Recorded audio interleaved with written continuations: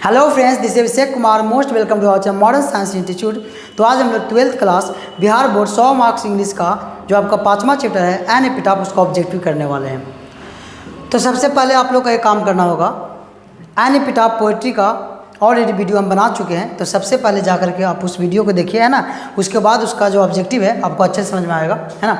तो चलिए स्टार्ट करते हैं। तो आपका पहला क्वेश्चन है, an epitaph is written by, है ना। एन एपिटाफ जो आपका पोइट्री है वो किन के द्वारा लिखा गया है? Walt Whitman, T S. Eliot, D H. Lawrence, Walter de la Mare. तो इसका करेक्ट आंसर होगा ऑप्शन नंबर डी, है ना, वाल्टर डिलामेर। इसका राइटर कौन थे जी? वाल्टर डिलामेर। चलिए नेक्स्ट वन क्वेश्चन है आपका, Walter डिलामेर was born. Walter de la Mare का जन्म कब हुआ था बताइए? 1878, 1873, 1875, 1870। तो वाल्टर डिलामेर का जन्म हुआ था 1873 में, है ना। Option number B is the correct answer, है ना। चलिए नेक्स्ट वन क्वेश्चन की ओर चलते हैं हम लोग। Walter de la Mare died in. Walter de la Mare का देहांत कब हुआ था जी? उनका मृत्यु कब हुआ था? तो इनका मृत्यु कब हुआ था बताइए आप लोग? 1916 में या 1966 में या 1956 में या 1976 में? तो इनका मृत्यु जो हुआ था 1956 में। कब हुआ था इनका मृत्यु? 1956 में, है ना। नेक्स्ट क्वेश्चन की ओर आते हैं हम लोग। The lady mentioned in the poem an epitaph belongs to. जो एन एपिटाफ आपका पोइट्री है उसमें एक लेडी, एक महिला का जिक्र किया गया है, मेंशन किया गया है। वो महिला कहाँ से बिलोंग करती है ना? द नॉर्थ कंट्री या the east country, the west country, the south country. तो जो महिला रहती है, ब्यूटीफुल लेडी, वो बिलोंग करती है द वेस्ट कंट्री। तो option number C is the correct answer, है ना। वो कहाँ से बिलोंग करती है? वेस्ट कंट्री से, है ना। नो नेक्स्ट क्वेश्चन है आपका, Walter de la Mare belong to blank century. Walter de la Mare जो कवि हैं किस शताब्दी के कवि हैं, है ना? किस शताब्दी से बिलोंग करते थे? 19th, 28th, 18th, none of this. तो ये जो कवि हैं, है ना, वे 20वीं शताब्दी के कवि कहे जाते थे। कौन शताब्दी? 20वीं। तो option number B is the correct answer. Next question है आपका, Walter de la Mare receive the order of merit with Queen Elizabeth द्वितीय। देखिए sorry, Walter de la Mare receive the order of merit, है ना। वाल्टर डिलामेर को ऑर्डर ऑफ मेरिट पुरस्कार से कब सम्मानित किया गया था? वो भी सम्मानित कौन किए थे? क्वीन एलिजाबेथ द्वितीय, है ना। एलिजाबेथ द्वितीय के द्वारा कब सम्मानित किया गया था ऑर्डर ऑफ मेरिट पुरस्कार? 1951, 1952, 1953, 1954, है ना। इनको सम्मानित किया गया था जी 1953 में। कब? 1953 में। और 3 साल बाद इनका क्या हो जाता है? देहांत हो जाता है ना। 1956 में इनका क्या हो जाता है? मृत्यु हो जाता है। चलिए नाउ नेक्स्ट वन क्वेश्चन की ओर चलते हैं। Light of a step, light of a step and heart was she is taken from. Light of a step and heart, ये जो आपका फ्रेज है इसका मतलब क्या होता है? इसका मतलब होता है कोई चंचल स्वभाव का जो व्यक्ति रहता है उसको हम लोग बोलते हैं, है ना।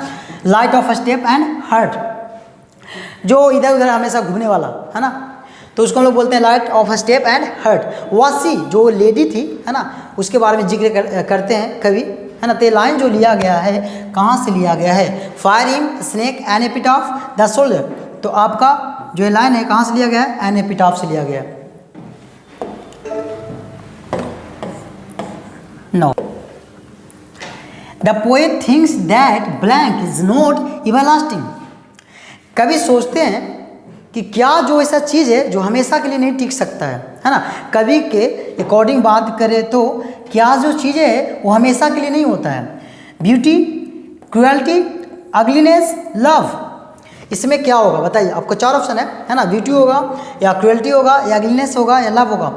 तो अकॉर्डिंग टू पोएट, अगर जो कवि के अनुसार हम लोग बात करें तो जो ब्यूटी है, खूबसूरती जो है, सुंदरता जो है, वो हमेशा के लिए नहीं रहता है।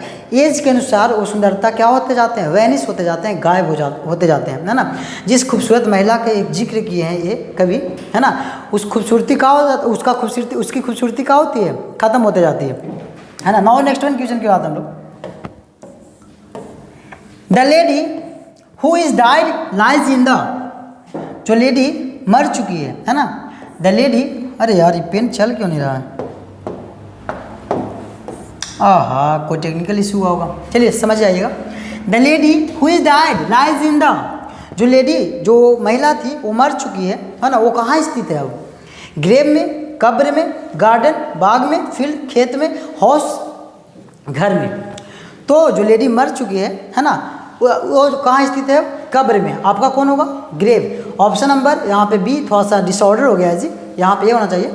तो ग्रेव कहाँ? वो कब्र में स्थित है ना, वो कब्र में दफन है वो महिला। नेक्स्ट क्वेश्चन है आपका, Walter de la Mare show fresh interest in blank theme. Theme मतलब होता है विषय। ये पता है ऐसे कवि थे कि पुराने विषयों में भी एक नया ताजगी है ना, नया जान डाल देते थे, है ना। तो पुराने वस्तुओं में भी, पुराने वस्तुओं मतलब सॉरी पुराने विषयों में भी, तो इसमें क्या हो जाएगा आपका? ओल्ड हो जाएगा। क्या हो जाएगा? Old. Medieval, love, none of this सब नहीं होने वाले। इसका ऑप्शन क्या होगा आपका? ओल्ड, है ना। ओल्ड विषयों में ही, ओल्ड विषय में भी ये फ्रेश इंटरेस्ट शो करते थे, प्रकट करते थे, है ना। नाउ नेक्स्ट वन क्वेश्चन की बात है हम। द टोन, देखिए पता ना क्या हो गया जी, इसमें कुछ टेक्निकल इशू आ गए, हाँ, जिससे या इसका इनके खत्म हो गया। चलिए चलते हैं अभी। The tone of the poem, है ना, an epitaph means to. Tone मतलब इस जो कविता का जो राग है, सुर है ना, वो कैसा है?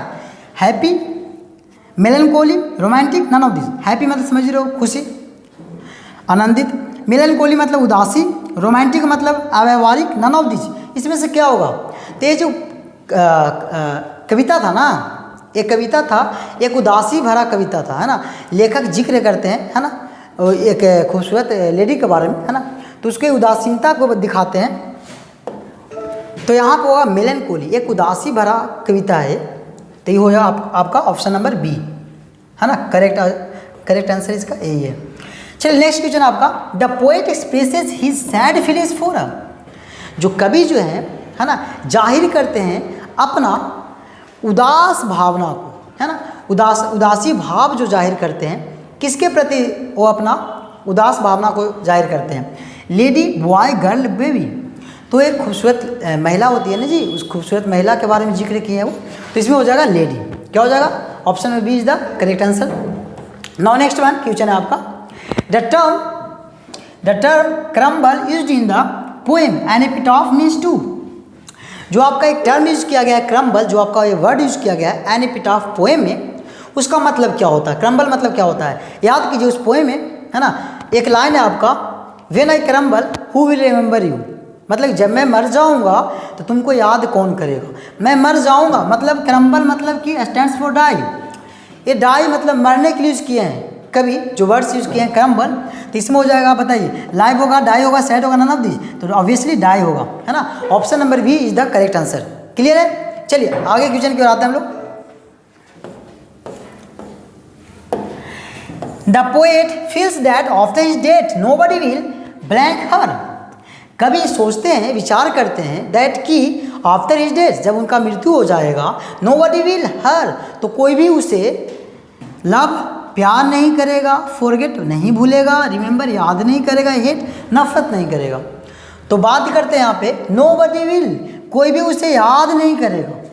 कब? जब पोएट मर जाएंगे तब। तो कभी सोचते हैं कि जब मैं ही मर जाऊंगा तो फिर उस खूबसूरत महिला का जिक्र कौन करेगा, है ना। Who will remember that, who will remember her, उसे याद कौन करेगा फिर, है ना। तो यहाँ पे हो जाएगा सी, कोई भी उसे याद नहीं करेगा जब कभी का ही देहांत हो जाएगा। चलिए, Walter de la Mare makes us aware of the. Walter de la Mare जो कवि हैं, मेक्स अस अवेयर, हम लोग को अवगत कराते हैं। किस चीज़ों से अवगत कराते हैं? In human poverty, dreams, London life. देखिए, in human condition of modern life. हाँ, लिखे जो दिख रहा होगा, अरे क्या करें सर, पेन नहीं चल रहा अभी।